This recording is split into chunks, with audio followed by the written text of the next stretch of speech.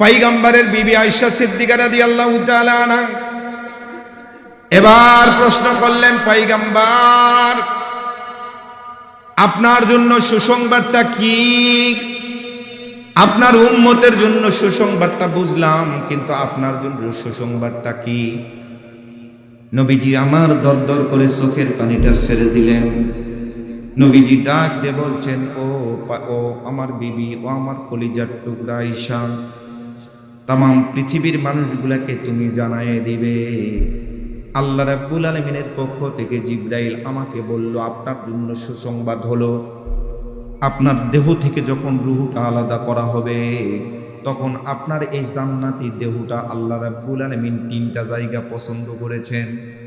এই তিনটা জায়গার মধ্যে যে কোনো একটা জায়গায় আপনি শুধুমাত্র টিক চিহ্ন দিবেন, আপনার দেহটা ফেরেশতা দ্বারা আল্লাহ রাব্বুল আলামিন ওই জায়গায় পৌঁছায় দিবে। সুবহানাল্লাহ।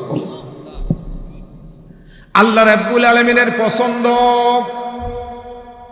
এক নাম্বার পছন্দ হলো সিদরাতুল মুনতাহা। ওই জায়গায় আপনার এই জান্নাতি দেহটা নিয়ে যাওয়া হবে। দুই নাম্বার পছন্দ হলো, আপনি যদি চান কাবা ঘরের ভিতরে আপনার দেহটা রাখা হবে।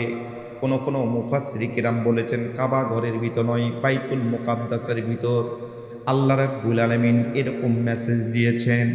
তৃতীয় নাম্বার, আপনি যদি চান চতুর্থ আসমানে হযরতে ঈসা আলাইহিস সালাতু ওয়াস সালাম যেখানে অবস্থান করছেন ঠিক সেই জায়গায় আপনার দেহটা নিয়ে যাওয়া হবে। এই তিনটা জায়গার যে কোনো একটা জায়গায় যদি আপনি পছন্দ করেন তাহলে ওই জায়গায় আপনার দেহটা অটোমেটিকলি নিয়ে যাওয়া হবে।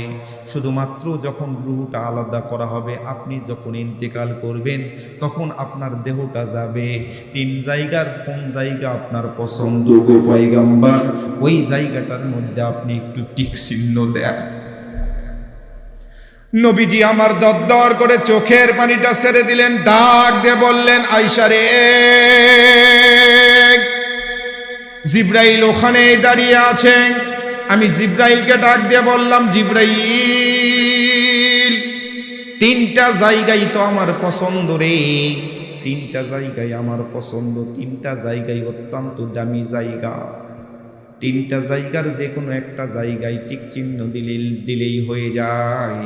তবে তুমি একটু আমার দোস্ত রব্বে কারীম, আমার বন্ধু আল্লাহ রাব্বুল আলামিনের কাছে একটু আর একটা বার ফেরত যাও, তুমি একটু শুনে আসো আমার দেহ তো এই জায়গাগুলাতে রাখা হবে।